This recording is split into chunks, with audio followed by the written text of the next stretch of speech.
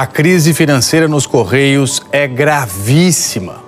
Este ano, a empresa vai ser responsável por mais da metade do prejuízo previsto para todas as estatais. É um rombo que não para de crescer e que vem se agravando. Dos últimos 10 anos, os Correios tiveram prejuízo em 5. No ano passado, o déficit dos Correios foi de mais de 2,5 bilhões de reais. No acumulado do primeiro semestre deste ano, o prejuízo passou de 4 bilhões. Contas do governo acumulam rombo de 83 bilhões de reais. E os Correios anunciam que vão precisar de mais 8 bilhões ano que vem. O Brasil entra em mais um ciclo de alerta econômico, enquanto a dívida pública continua crescendo em ritmo acelerado e expõe as fragilidades estruturais que o governo do presidente Luiz Inácio Lula da Silva ainda não conseguiu resolver desde o início do mandato.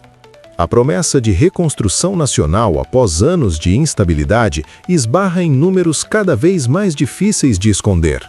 A dívida bruta do governo geral segue avançando, pressionada por gastos obrigatórios elevados, aumento de juros, despesas sociais crescentes e uma arrecadação que, apesar de esforços pontuais, não acompanha a velocidade das despesas. O resultado é um país que gasta mais do que arrecada e depende cada vez mais de endividamento para manter a máquina pública funcionando.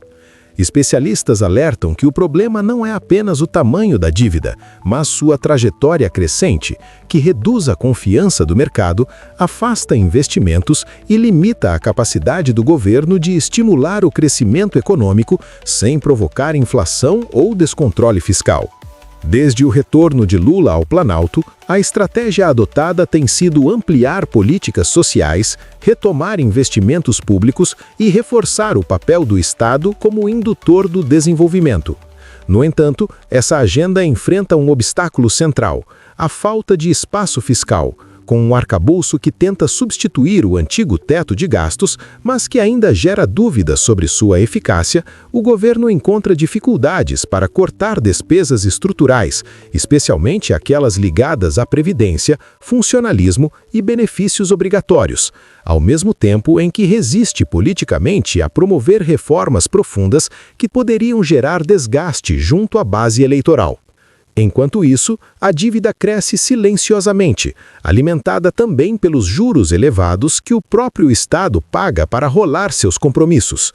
Cada ponto percentual a mais na taxa de juros representa dezenas de bilhões de reais adicionais em despesas financeiras, agravando um ciclo vicioso no qual o governo arrecada para pagar juros e não consegue investir o suficiente em infraestrutura, produtividade e geração de empregos.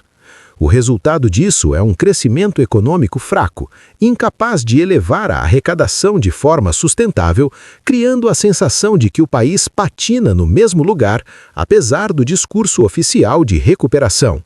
A dívida externa também preocupa. Em um cenário global mais hostil, com juros altos nas economias desenvolvidas, conflitos geopolíticos e menor apetite por risco, países emergentes como o Brasil precisam oferecer mais retorno para atrair capital, o que encarece ainda mais o financiamento da dívida e pressiona o câmbio, impactando a inflação e o custo de vida da população. O governo tenta demonstrar compromisso com a responsabilidade fiscal, mas sinais contraditórios minam a credibilidade, como anúncios de novos programas sem fonte clara de financiamento, disputas internas entre a área econômica e alas políticas do governo e críticas recorrentes ao Banco Central que aumentam a percepção de instabilidade institucional. Investidores e analistas observam com cautela a dificuldade do governo Lula em apresentar um plano consistente de médio e longo prazo para estabilizar a dívida e promover crescimento sustentável. A narrativa de que problemas herdados explicam totalmente o cenário atual já não convence parte do mercado nem da sociedade, especialmente porque o tempo passa e soluções estruturais não avançam. O país continua preso a um modelo de gastos rígidos, baixa eficiência do Estado e dependência excessiva de impostos sobre consumo e trabalho, o que penaliza os mais pobres e limita a competitividade da economia.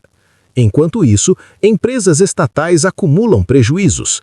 Exemplos como os Correios reforçam a percepção de má gestão e de que o Estado brasileiro tem dificuldade em administrar seus próprios ativos sem recorrer ao Tesouro Nacional, ampliando ainda mais o rombo fiscal. O risco maior desse cenário é a perda gradual de confiança. Se o mercado passar a duvidar da capacidade do governo de honrar seus compromissos sem recorrer à inflação ou aumento excessivo de impostos, o custo da dívida sobe ainda mais, criando um efeito bola de neve que já foi visto em outras crises da história brasileira. O impacto não fica restrito a números técnicos. Ele chega ao dia a dia da população na forma de juros altos, crédito caro, menos empregos, crescimento lento e serviços públicos pressionados. O governo Lula insiste que está reconstruindo o país e corrigindo distorções sociais, mas enfrenta o desafio de provar que isso pode ser feito sem empurrar a conta para o futuro. A ausência de reformas estruturais, como uma revisão profunda do gasto público, uma modernização administrativa e um debate honesto sobre prioridades fiscais, mantém o Brasil refém de soluções temporárias e discursos políticos, enquanto a dívida continua a avançar. A grande pergunta que ecoa entre economistas, empresários e cidadãos comuns é até quando o país conseguirá sustentar esse ritmo de endividamento sem enfrentar uma crise mais aguda. A história mostra que quando ajustes são adiados, eles costumam chegar de forma abrupta e dolorosa, e o temor crescente é que o Brasil esteja caminhando exatamente nessa direção, com um governo que fala em crescimento, mas luta para controlar as contas públicas e convencer o mundo de que o país tem um rumo econômico claro.